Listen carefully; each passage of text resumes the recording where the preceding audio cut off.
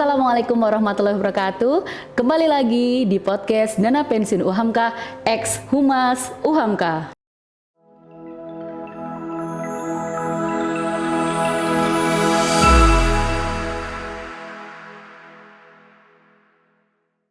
Nah, Sobat Dana Pensiun dan HAMKA Muda yang berbahagia pada hari ini, kita kedatangan tamu yang begitu spesial.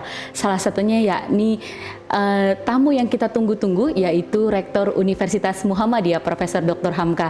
Sudah berada di samping saya, Bapak Profesor Dr. Gunawan Suryoputro MHum. Namun sebelum kita mengajak beliau untuk berdiskusi bersama kita selama 30 menit ke depan, yuk kita simak dulu VT keseharian beliau.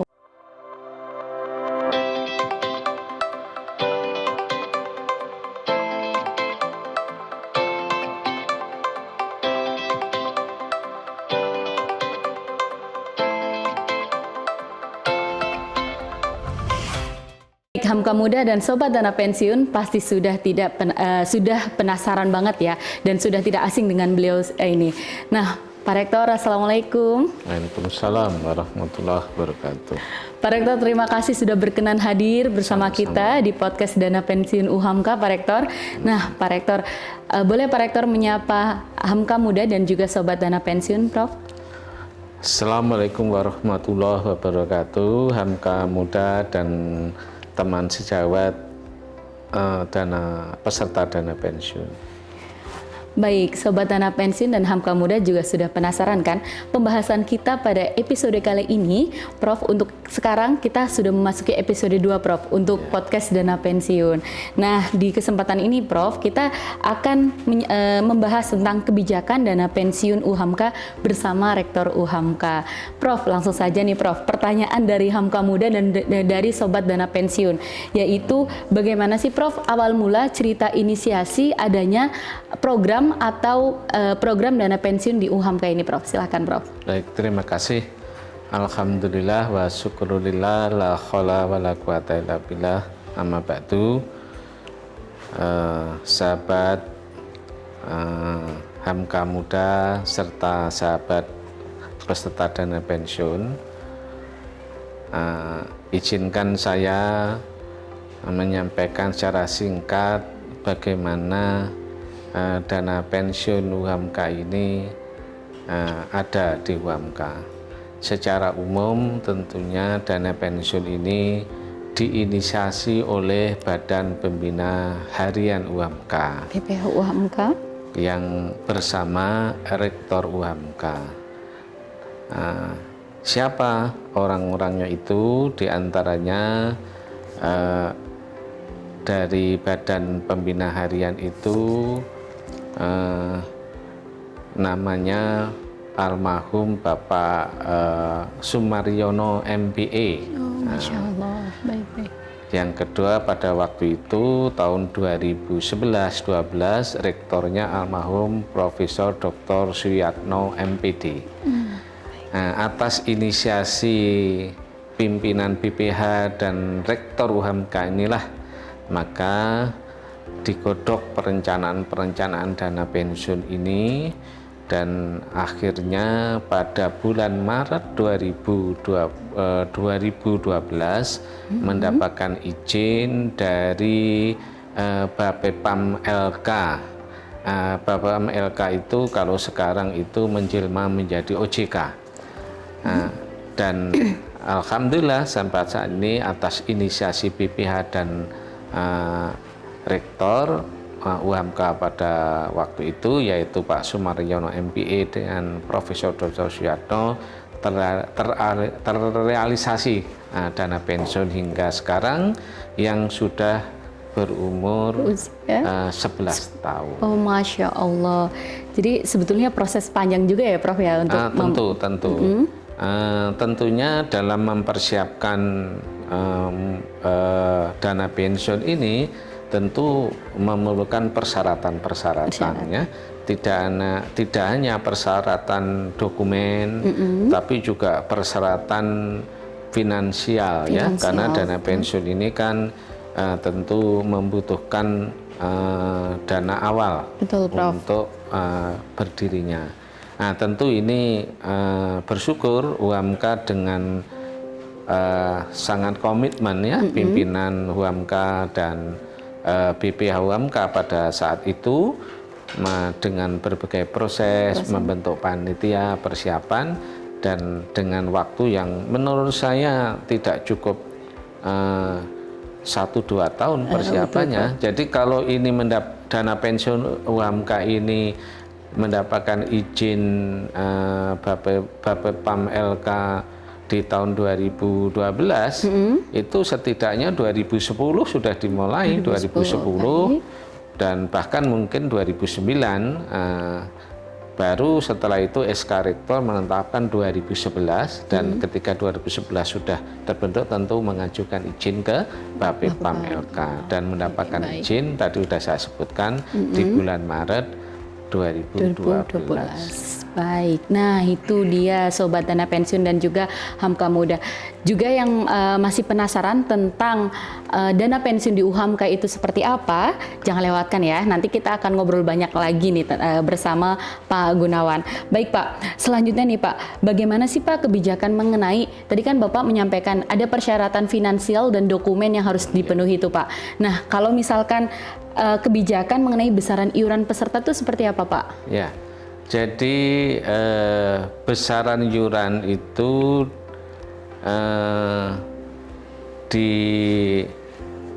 ditentukan dalam bentuk persentase yang merupakan kontribusi dari kedua belah pihak. Siapa? Ya kedua belah itu adalah pemberi kerja dan pekerja. Dalam hal ini pendiri dan peserta. Pendirinya UHAMKA, pesertanya itu tenaga kependidikan dan dosen UHAMKA. Berapa besarnya?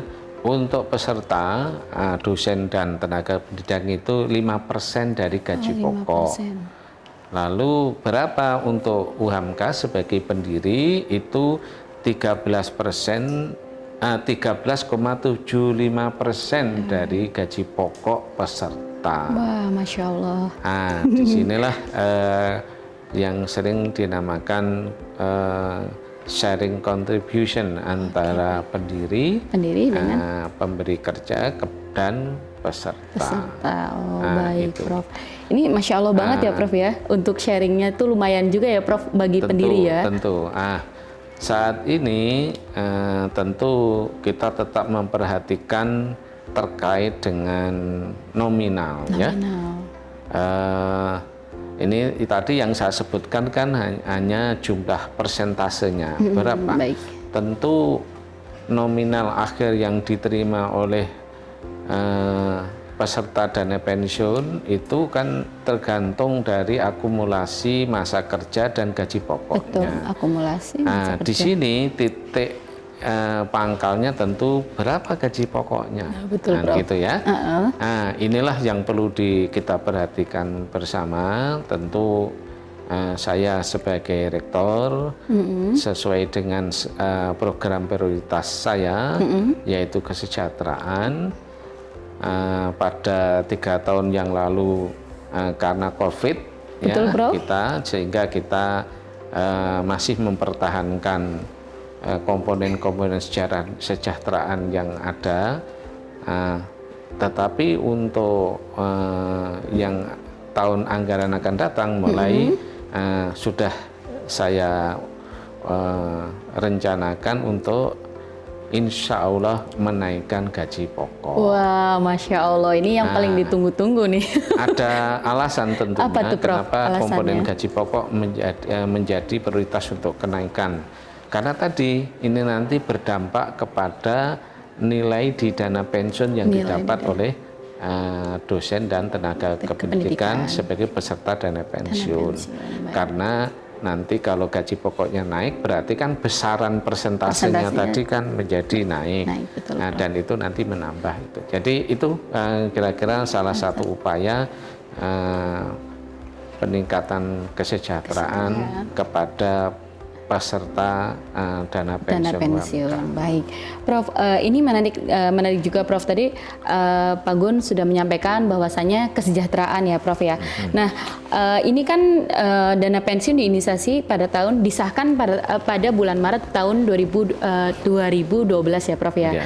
Nah, lalu untuk kepesertaan itu bagaimana tuh, Prof? Untuk yang bagi dosen dan tenaga kependidikan sebelum tahun 2012 itu seperti apa, Prof? Apa langsung diikut pesertakan, berarti memulai dari nol, atau masa kerjanya dihitung dan dimasukkan? Semua peserta diikutkan. Semua peserta dan diikutkan. Itu ada hitung-hitungannya. Oh, ada hitung-hitungannya. Itu ya. Oh ya, ketika dana pensiun mendapatkan izin tahun 2012 itu otomatis semua karyawan, semua tenaga pendidikan dan dosen yang masih aktif dihitung, ada hitungannya yang tentunya saya tidak terlalu hafal dalam hitungannya. Tetapi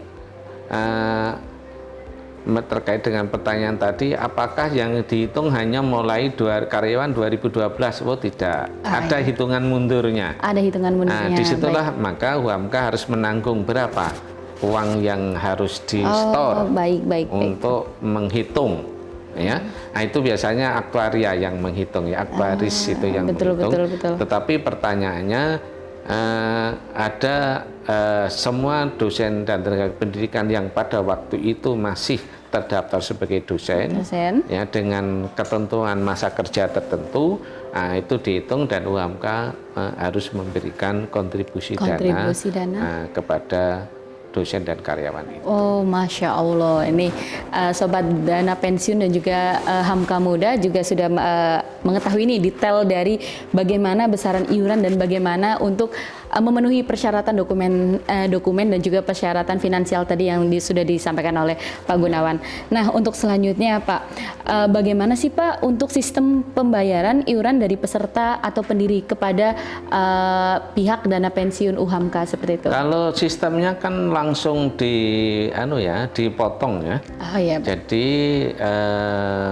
pengurus dana pensiun langsung berkoordinasi dengan bagian sumber daya manusia, kalau dulu juga bagian keuangan, untuk tadi mengambil iurannya 5% untuk peserta dari gaji pokoknya dan 13,75% dari gaji pokok diambilkan dari dana UHAMKA sebagai pendiri. Jadi sudah ada langsung pemotongan dari pengurus dana pensiun kepada UHAMKA. Oh iya, baik. Lalu ini menarik juga, Prof. Tadi kan berarti sistemnya koordinasi antara dana pensiun dengan pihak SDM ataupun pihak keuangan. Lalu, Prof, untuk pengelolaannya sendiri, Prof Gun sebagai rektor tuh di situ bagaimana, Prof? Istilahnya porsinya itu seperti apa, Prof? Baik. Rektor ex officio itu sekaligus menjadi dewan pengawas, di kepengurusan dana pensiun, karena dia sebagai pendiri, ya, bertindak sebagai pendiri ex officio. Tentu sebagai dewan pengawas, rektor bertanggung jawab untuk memastikan agar pengurus dapat mengelola dan mengembangkan dana pensiun itu sebaik-baiknya. Oke, baik. Ya, karena tentunya dana pensiun ini harus dijaga dengan baik, karena ini merupakan jaminan bagi dosen dan tenaga pendidikan yang sudah purna bakti. Betul, Prof. Untuk mengawasi kepada pengelola agar dana yang didapat itu bisa dikembangkan, dikelola dengan baik, tentu pengurus itu selalu menyampaikan dalam bentuk rapat-rapat kan gitu. Selama ini dikembangkan dalam bentuk apa?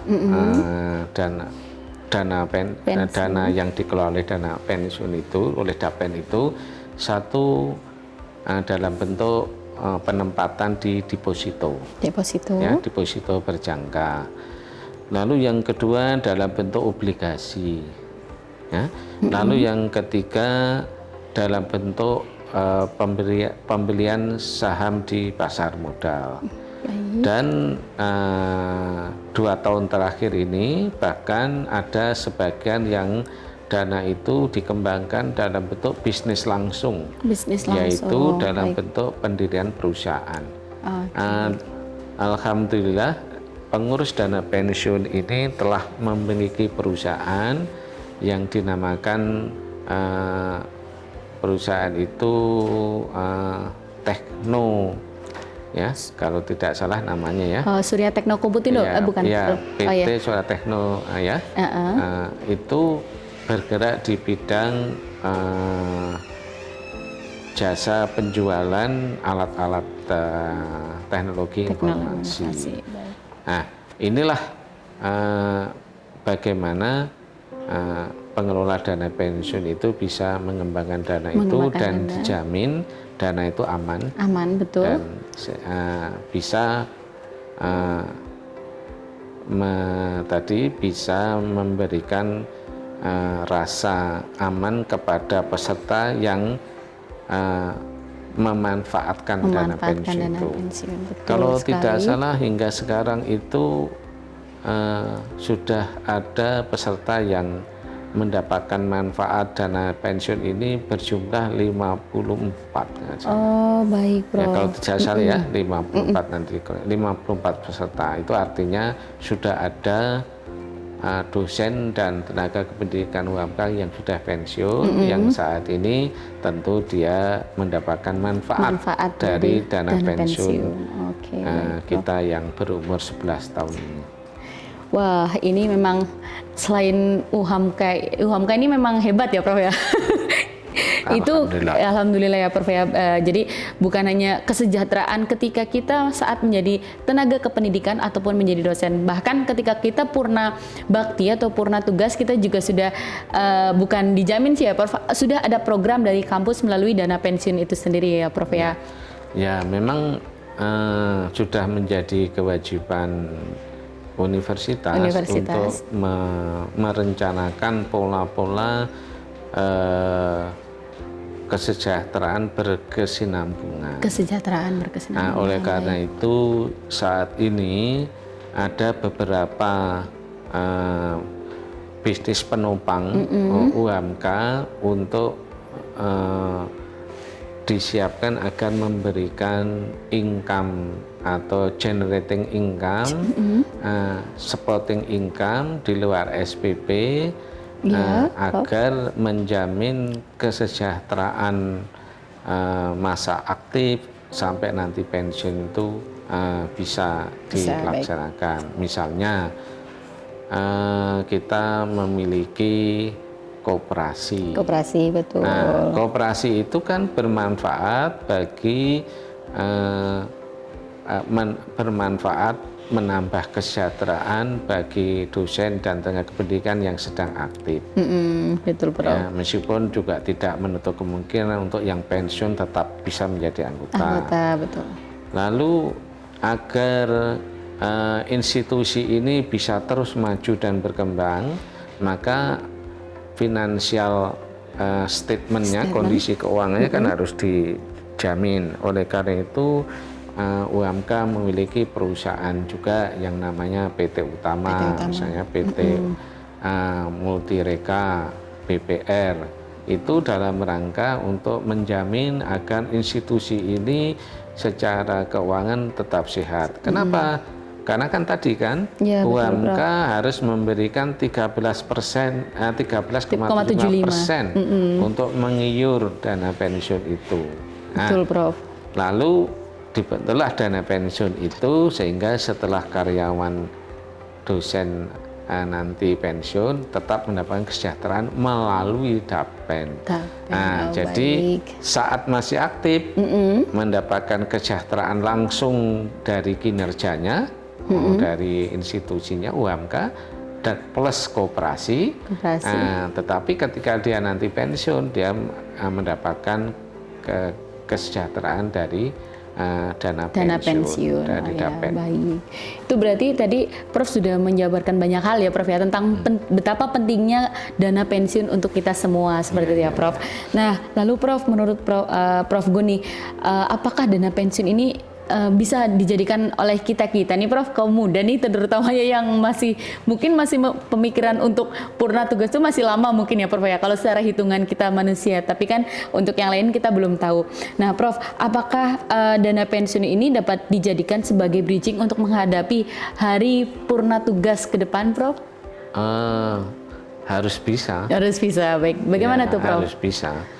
Sekarang begini, kan nominal jumlah manfaat dana pensiun itu kan nanti tergantung dari masa kerja. Ya. Tentunya semakin masa kerjanya semakin panjang, tentu akumulasi iurnya kan manfaatnya semakin besar. Dan tentu kenaikan gaji pokok itu kan ada yang kenaikan berkala. Iya, betul. Ya, itu juga nanti mempengaruhi jumlah iurannya dan juga berdampak akhirnya pada nominal akhir.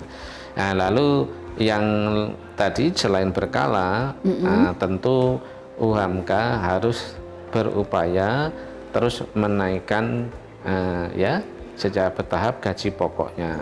Tadi sudah saya sebutkan, misalnya saya ada rencana di tahun anggaran ini untuk menaikkan gaji pokok, agar berdampak kepada dana pensiun. Dana pensiun ke depan, baik. Nah, dalam akumulasi nanti ketika nanti pada masa pensiun tentu manfaatnya kan bisa didapat. Nah, apakah manfaat dana pensiun nanti bisa digunakan untuk pengembangan diri, usaha sendiri atau yang lainnya, tentu nanti tergantung dari persiapan-persiapan dosen dan karyawan menghadapi masa pensiunan. Jadi kata kuncinya tentu harapan kita, tentu kita harus menjamin bahwa melalui Dapen inilah nanti dosen dan tenaga kependidikan UHMK tetap mendapatkan manfaat, ya, dapat manfaatkan dari dana pensiun, manfaat dari pensiun untuk kesejahteraan yang bersangkutan. Yang bersangkutan, baik. Ini menarik sekali Pak Gun. Ketika kita tadi sudah mendengar dari Bapak sendiri menyampaikan kalau kita itu sudah disiapkan kesejahteraannya baik saat kita masih aktif atau masa purna tugas. Lah, menurut Pak Gun sendiri ini bagaimana cara kita mempersiapkan hari kemudian ketika kita sudah memasuki hari purna pensiun tuh Prof? Apa sih Prof yang harus kita persiapkan ketika nanti agar kita tidak gugup gitu ketika wah ternyata besok sudah pensiun nih, belum punya planning apa-apa nih. Ini kalau dari Pak Gun sendiri secara pribadi itu seperti apa pendapatnya? Oh iya, jadi gini, ada dua hal yang harus kita siapkan ya. Karena semua manusia itu pada akhirnya juga akan yang bekerja akan mengalami masa pensiun sesuai dengan usia yang dia lalui. Sekarang yang persiapannya tentu yang pertama persiapan mental. Pada dirinya masing-masing.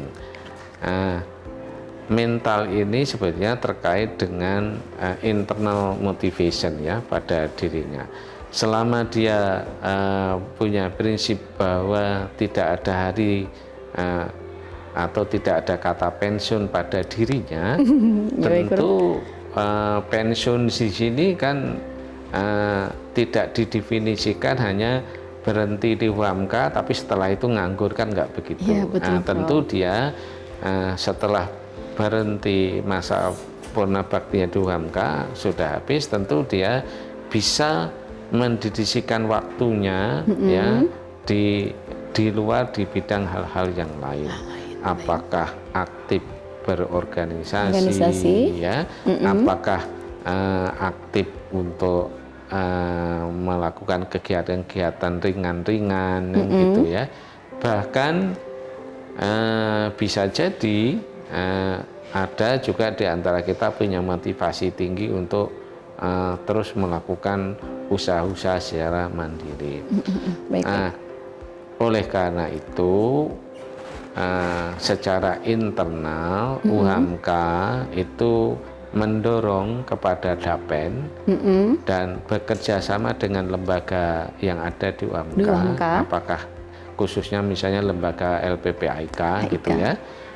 Dapen bekerja sama dengan lembaga LPPIK untuk melakukan pembinaan masa persiapan pensiun, baik. menyiapkan mental dan sekaligus bisa juga melihat apakah masih ada potensi dirinya untuk tetap melakukan usaha-usaha. Nah, jadi di sini kuncinya harus disiapkan dari sisi pribadi, individu, dosen dan karyawan yang purna bakti, menyiapkan mental dirinya bahwa tidak ada kata pensiun.